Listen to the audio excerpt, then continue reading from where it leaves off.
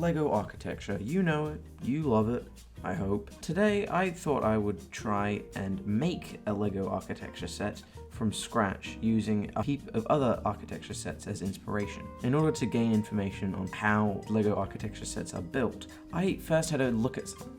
Now, there are two different types of Lego architecture sets that are involving places, one of which is states, like London, Chicago, San Francisco, and the other one is landmarks, such as Trafalgar Square, Eiffel Tower, Statue of Liberty. And the reason that this matters is because on the base plate that shows the name, on ones where it's the state, it has the base plate turned to its side on some studs showing what place it is, and when it's an actual landmark, it is shown in the normal position of a tile, just horizontally. And so from this, I gathered that it's probably easier for me to make an actual landmark, because that way I can put in more detail, and I probably wouldn't go well making something on such a small scale. Next, I had to decide what I would be making. I had a look for some places that looked good across the world, and I came to a conclusion to make Santa Monica, which is a beach in Los Angeles. I started off by making the base, which I decided to be 16 by 16.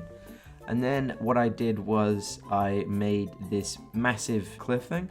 And then next I did the ocean, which was just 3 tiles, which I later changed to 2 tiles. And then I worked on the trees, followed by the road.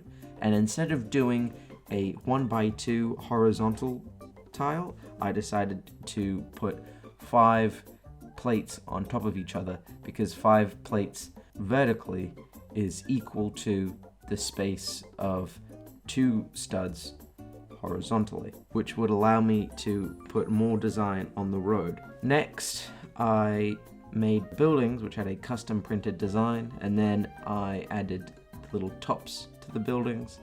Next, I added the pier.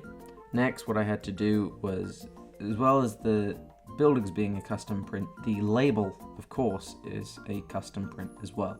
After doing all of this, I touched it up a bit, then I rendered it out in Blender. So here you can see a render of Route 66, a render of the pier, a render of the trees, a render of the road with some cars in it, a render of the whole thing, a render of the whole thing on an angle, and a render of the label.